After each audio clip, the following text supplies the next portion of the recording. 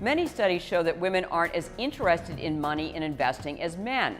With longer life expectancy and today's high divorce rate, up to 9 out of 10 women will be solely responsible for their finances at some point in their lives.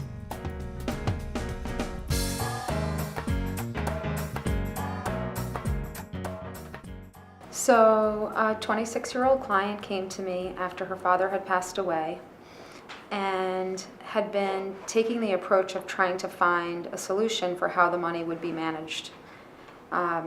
In this particular case, the portfolio she was inheriting wasn't a good match for another advisor to take over. It had a very specific discipline in the way that the stocks were invested.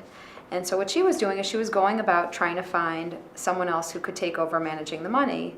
But she was doing that without the context of a financial plan. She had no idea what her expenses are. She had no idea what she would need the money to do for her in the future. You can imagine at 26, so much about her life would change in the future. And so by the time she had reached me, sort of changed the conversation around trying to find the solution to how to manage the money and really start with how she could better understand what her financial needs are, what her financial personality is, what are her attitudes about investing, what are her attitudes about savings, lifestyle, where did she see herself in the future, and try to help someone who has potentially an 80-year time horizon put some shape around a financial plan. And so we started with the financial planning process because it really helped inform how much she would need to live, what kind of lifestyle she envisioned for herself, what kind of needs would that place on the portfolio to generate income, and what timetable. We put together short-term goals, mid-term and long-term, so we knew that the mid-term and long-term goals will really change over time, but the near-term goals were managing some student loans, how to accomplish paying for graduate school, potentially having children in the future and what that would look like if she were to marry and have children, what her values were around providing for those future children. So it really helped put context to the goals and help inform what the needs would be from the portfolio. And that then led us to the asset allocation, which said, well, there isn't going to be any need for income from this portfolio for a long time. She planned to work and she planned to live and sustain herself on her earnings. I believe that good advisors get down to the nitty-gritty. I mean, we're combing through credit card statements and bank statements, and we're talking about what are the charities that are important to them, what are their extracurricular activities, to what degree do they imagine traveling the world. We really get down to the nitty-gritty because these are often the things that drive people to make changes to their portfolios when they want to do things in their own lives. There's always things that we identify along the way. I don't know that we'd call them problems, but we look at, there's opportunities to enhance things. In this particular person's situation, she was living in a house owned by someone else, and she had assumed that she was on their homeowners policies and that her personal property would be covered under the owner's policy, and it turns out that's not the case. So she actually needed to get her own renter's insurance policy to cover her personal items in the home. Well, that's not an insignificant issue. And as an outsider, I was actually surprised by that too. I figured the owner of the house has a homeowner's policy and that should cover all of the contents in the house, but it really only protected the owner of the house. A key component to a productive financial planning session is, what do you want for the future? What are your aspirations? I mean, money is really just a vehicle to get you to what you want out of life. Is it about giving your money away to causes that are meaningful to you? Is it about taking special trip to do a safari in Africa? What is it that makes it meaningful to you? And that really should drive the nature of the whole process. And the underlying investments are really there just to serve what your ultimate goals are and what your needs are. I think also a part of the financial planning process is understanding what are all the moving parts within your family. Are your parents still living? What will be your role financially and logistically in caring for your parents in the future?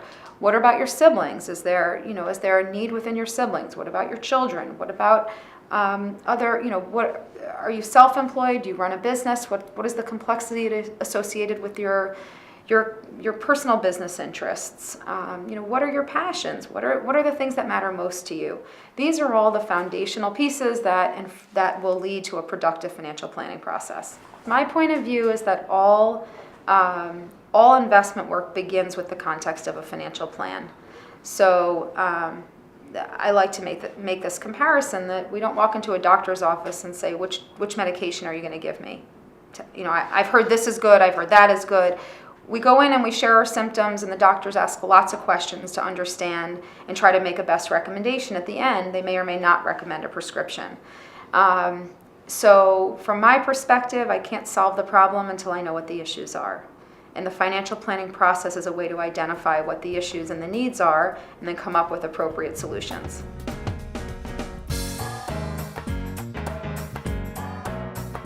Every woman needs a team. And typically what you find is that men are more comfortable creating the team and working with the team because often in their work life, that's been a comfortable area for them. So they're used to having several people in the room who are considered specialists. They're used to delegating authority to the specialists. They're used to compiling the information, making decisions, moving forward, and they're used to paying the specialists. And what I find often, whether it's a death or a divorce that the woman is going through, is that she doesn't have experience in creating the team, assembling the team, managing the team, and also struggles with the concept of how to pay the team. If you're going through a divorce, then one of the first people that should be on your team is your matrimonial attorney. You want somebody who specializes in matrimonial law, and that this is basically all they do. You also should have a financial advisor on your team from the very beginning. So one of the mistakes that I see women make is that they wait until after the divorce to hire a financial advisor. It is way too late at that point. Decisions have been made, elections have been made that you cannot reverse.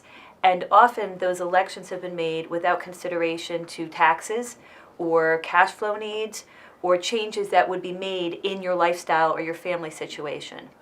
I'm not going to say that a woman is the only one that can serve other women in transition.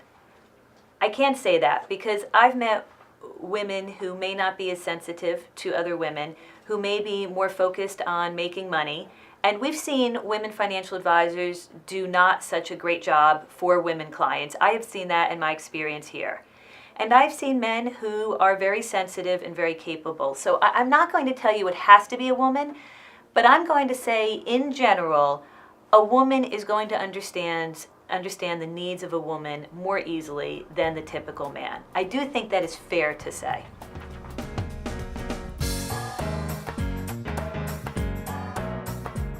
For a single mother, the challenges are much greater than a couple or for a single woman without children.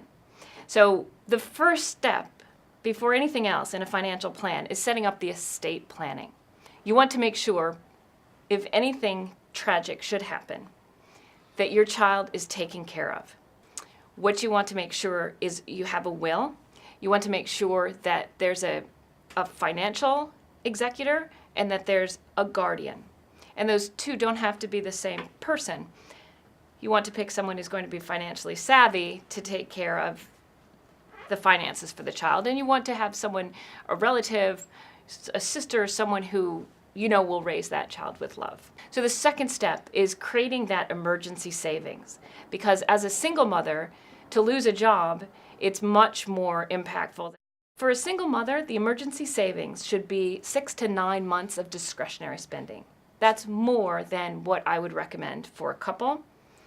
It would also depend on how stable her employment is and what kind of other investments she has. So if you haven't got that emergency savings, a layoff can be tragic. Step 3 is the life insurance.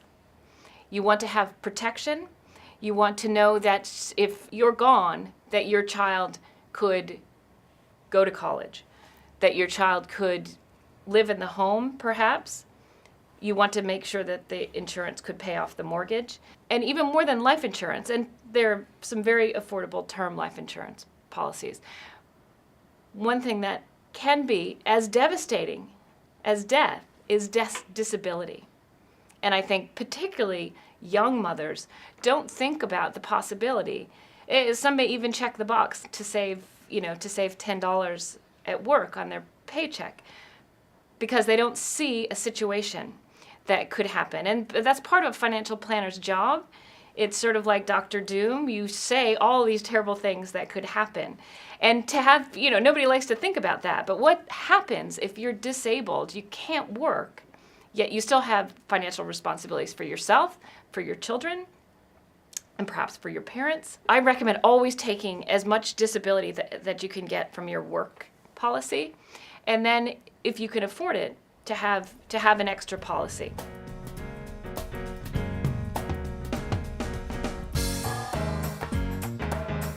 A lot of women actually find themselves having less saved for retirement. They tend to be more caregivers at times, taking unpaid leave of absence or interrupting their careers to have children. I understand some numbers point to the fact that women, all the other things being equal, just tend to save less, whether that's including in company plans, whether that's because they earn less and they need more of the money.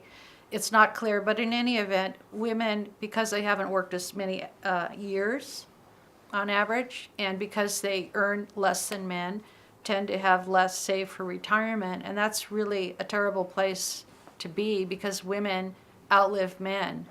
And so, you go and look around at the aging population, people in their 80s and 90s, you go to a nursing home, most of them are women. So the key transition for women when they're getting older really is taking care of certain matters, be it tax planning, investment planning, the right strategies to avoid outliving their assets. You have to understand, and an advisor can help you do this, that certain assets belong in certain types of investment accounts. So Roth accounts, for example, will never be taxed. Roth IRAs, you can put something like pure equities into an account like that and just let it run for a very long period. There will never be any taxable capital gains at the end. You have tax-deferred accounts. Those are better for bonds on average, or real estate, REITs, or commodity holdings.